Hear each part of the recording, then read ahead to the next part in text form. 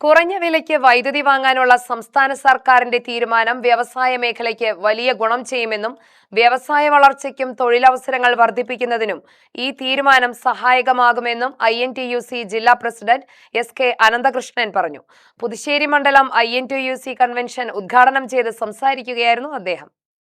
വ്യവസായ സ്ഥാപനങ്ങളുടെ പ്രവർത്തന ചെലവ് കുറയ്ക്കുന്നതിനും ഉത്പാദന മേഖലയുടെ മത്സരക്ഷമത വർദ്ധിപ്പിക്കുന്നതിനും കുറഞ്ഞ നിരക്കിൽ വൈദ്യുതി ലഭ്യമാക്കുന്ന സർക്കാർ നയം അനുകൂലമായ സാഹചര്യം സൃഷ്ടിക്കുമെന്നും SK അനന്തകൃഷ്ണൻ അഭിപ്രായപ്പെട്ടു.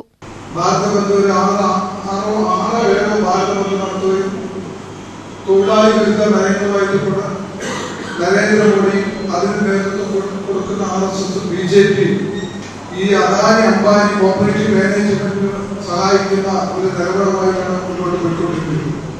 അതിനെതിരെ ഈ 12 വർഷം കഴിഞ്ഞ നരേന്ദ്രമോദിയുടെ ഭരണം അതിനെതിരായിട്ട് ശക്തമായിട്ടുള്ള സമരങ്ങളും അതുപോലെ തന്നെ കേന്ദ്ര ഗവൺമെന്റ് ഓഫീസുകളുടെ മുന്നിലുള്ള സമരങ്ങളും നിരന്തരം ഇന്ത്യ രാജ്യത്തിലെ 68 കോടി ജനങ്ങളാണ് തൊഴിലാളികളായി കണക്കാക്കപ്പെടുന്നത്.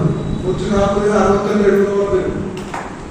ആ തൊഴിലാളികളുടെ മുഴുവൻ ഒറ്റക്കെട്ടായി ഇന്ത്യ രാജ്യത്തിൽ BMS ഒഴിച്ച് മറ്റുള്ള ട്രേഡ് യൂണിയൻ മുഴുവൻ ഒരുമിപ്പിച്ച് INTUC അഖിലേന്ത്യാ പ്രസിഡന്റായിരുന്ന അഖിലേന്ത്യാ പ്രസിഡന്റ് സജീവരുടെ നേതൃത്വത്തിലാണ് ഇന്ത്യ രാജ്യത്തിലെ മുഴുവൻ ട്രേഡ് യൂണിയൻ നേതാക്കളുടെ അണിനിരത്തുകയും അതിന്റെ അടിസ്ഥാനത്തിൽ ഡിമാൻഡുകൾ കൊടുക്കുകയും ആ ഡിമാൻഡ് ഈ 12 വർഷമായിട്ടും നരേന്ദ്രമോദി വിളിച്ച് സംസാരിക്കാൻ പോലും സന്മനസ്സിൽ ഈ നിമിഷം വരെ കാണിച്ചിട്ടില്ല.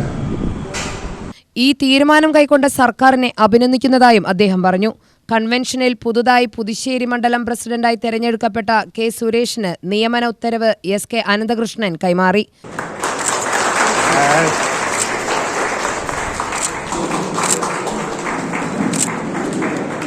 നിലവിലെ മണ്ഡലം പ്രസിഡന്റ് KC മണിയുടെ അധ്യക്ഷതയിൽ ചേർന്ന യോഗത്തിൽ INTUC സംഘടനാ പ്രവർത്തനങ്ങൾ ശക്തിപ്പെടുത്തുന്നതിനും തൊഴിലാളികളുടെ അവകാശ സംരക്ഷണത്തിനും ക്ഷേമ പ്രവർത്തനങ്ങൾ കൂടുതൽ വ്യാപിപ്പിക്കുന്നതിനുമുള്ള വിവിധ വിഷയങ്ങൾ ചർച്ചയായി. DCC ജനറൽ സെക്രട്ടറിമാരായ കളത്തിൽ കൃഷ്ണൻകുട്ടി, വിജയ് ഹൃദയരാജ്, INTUC സംസ്ഥാന സമിതി അംഗം M നടരാജൻ, ജില്ലാ general secretary N Muraleedharan, block Congress president M Radhakrishnan, ജില്ലാ ഭാരവാഹി രാംകുമാർ, മണ്ഡലം പ്രസിഡന്റ് PB ഗിരീഷ്, നേതാക്കളായ KV നന്ദനൻ, V സതീശൻ, ശ്രീകുമാർ, സുദർശൻ, ബഷീർ, പ്രദീപ് എന്നിവർ സംസാരിച്ചു. UTV news, Palakkad.